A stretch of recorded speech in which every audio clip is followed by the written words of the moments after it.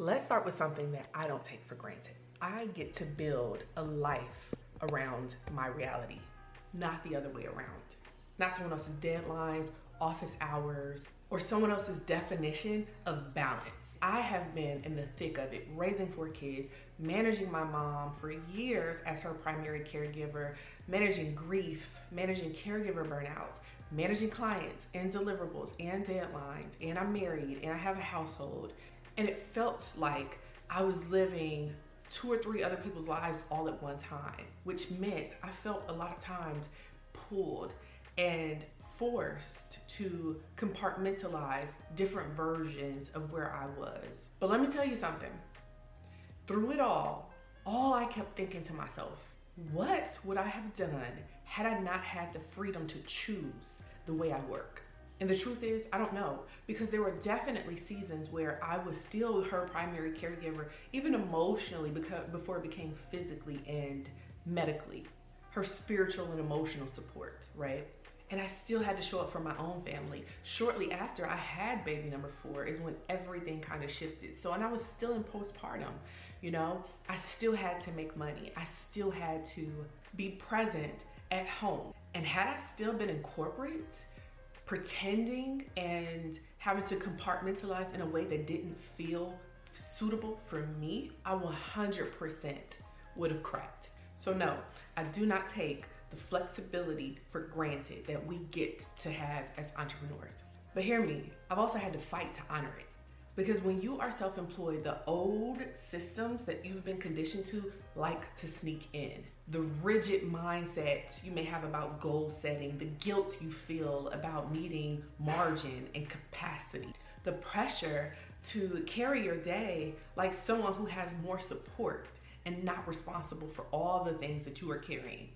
In today's video, I want to talk a little bit about that. And as a reminder, this is video 4 of a 4-part video series I thought would be fun if I had to start over.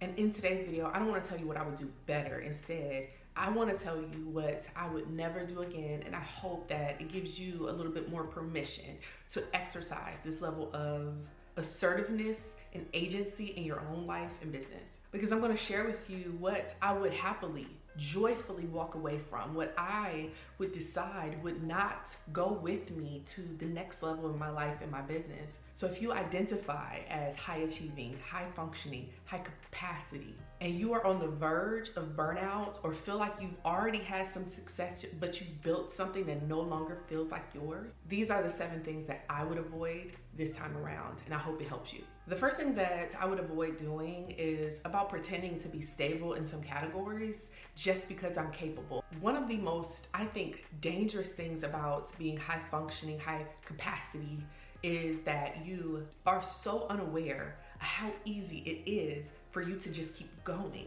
just to push through and disregard the reality of where you are because you can handle it all. We have a higher threshold for a lot of things, including stress, responsibility, because you've probably led a team, you have children, you have a partner, you've supported organizations or clients at a high level, you manage dinner, you manage your chores at home, you have healthy relationships, you check in on people, and you can sustain those relationships. And the entire time you look fine, right? I've done it, but my friend, looking fine and being okay are not the same thing. And if I had to start over, I would build from a more honest place first. Meaning I would start to have higher courage conversations with myself about the areas of my life where I'm being reliable to everyone else except myself. The second thing that I would avoid doing is making business strategy decisions from a place of emotional depletion. Sometimes I used to think when I am uninspired or disconnected or exhausted that was the appropriate time to consider whether or not things are working strategically. And from that place, a lot of times I would decide to pivot, maybe change something that's pretty drastic, even consider burning the whole thing down, right? But what you realize is that you are making structural decisions about your money when the problem isn't the structure of your money and your business. The problem isn't that that's not working. The problem is you're not working, right? Yep, I'll be right there.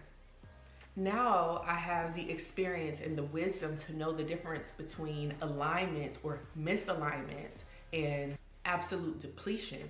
But there were seasons where I didn't see that. And it's why I think before you give up, before you pivot, maybe consider a pause first. The third thing that I would do is I would stop glorifying productivity as proof of my capability, or maybe for you as proof that you're in control of your life. And this one hits a little bit harder because we know how to get things done. We know how to move the needle, right? And I gotta tell you, when life gets chaotic for me, my default is execution and implementation and focus.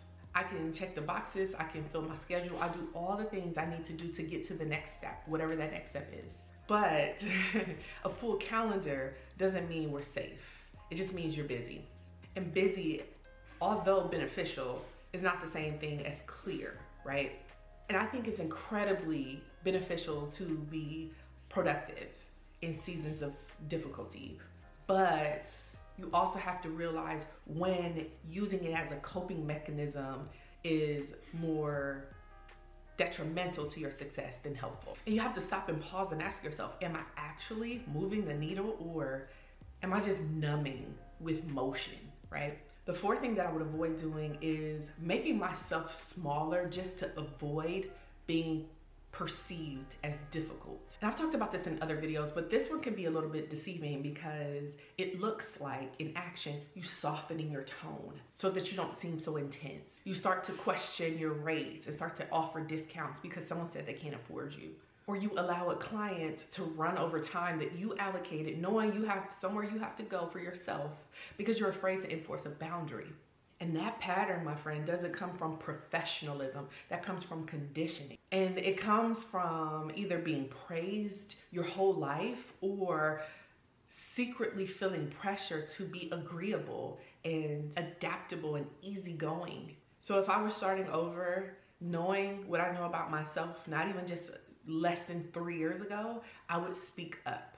And I would let being misunderstood be the price for being authentic. The fifth thing that I would avoid doing is treating burnouts like faithfulness. Here's what I mean by that. There were moments, especially as a Christian woman, there were moments where I was on the verge of emotional, financial, mental burnout. And I was definitely in the thick of survival mode. But I told myself I was just being obedient, that this pressure was a part of the promise. And definitely, I believe a version of that God gave this to me 100% so I can carry it all. And I do believe that. But I also believe in divine timing and that God doesn't call me to build things that break me. And sometimes we welcome certain levels of chaos into this plate that weren't divinely assigned. We assigned them because we refused to assign a boundary, right?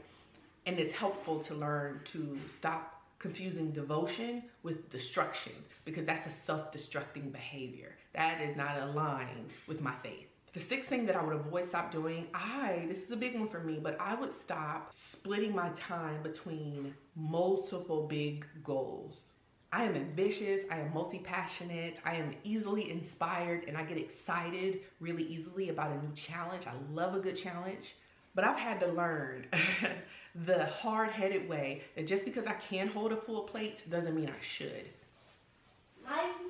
I have plenty of times diluted my focus pursuing plan B. And it had nothing to do with the fact that I believed in it more. But it was because I was too afraid that plan A may not fit the timeline that I decided. Every single time I've tried to stretch across two big goals, I ended up resentful because both of these big goals require my best. And guess what? Neither one of them got it. So now I spend the time, energy, and money on what I really want, because every goal, every pursuit requires those resources. So why not use those resources toward what you really want, your plan A? The seventh thing that I would avoid doing is I would no longer commit to rigid routines that don't make room for my real life.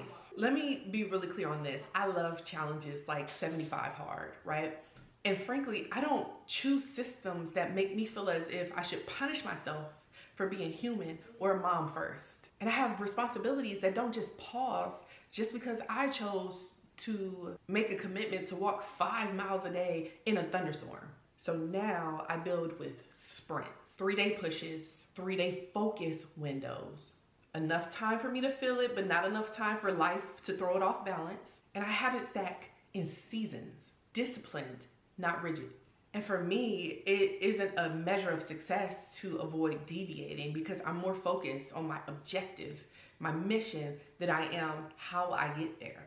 And frankly, I don't think motherhood is an excuse, but it is context. And I believe the way I work gets to do more than just pay me. It gets to serve me. Now, I'll share with you my 7 lessons. They had absolutely nothing to do with any of these books that I read often. They had 100% to do with my lived experience. And they all came from moments of breakdown that I pushed through. Clients I over accommodated. Wins that didn't feel like wins ever. And successes and stretches that left me questioning everything I thought to know about myself.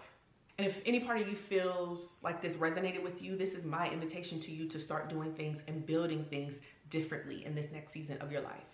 And I don't believe in pushing harder for the sake of pushing harder. I don't believe in productivity for the sake of productivity. I believe that life gets to serve you. Your business gets to serve you. You get to live and build on your terms. And if you don't occupy that belief just yet, I want to help you to borrow my belief and stand in it. If you haven't already, make sure to hit that subscribe and notification bell so that you don't miss when I post the next video. Thank you so much for watching.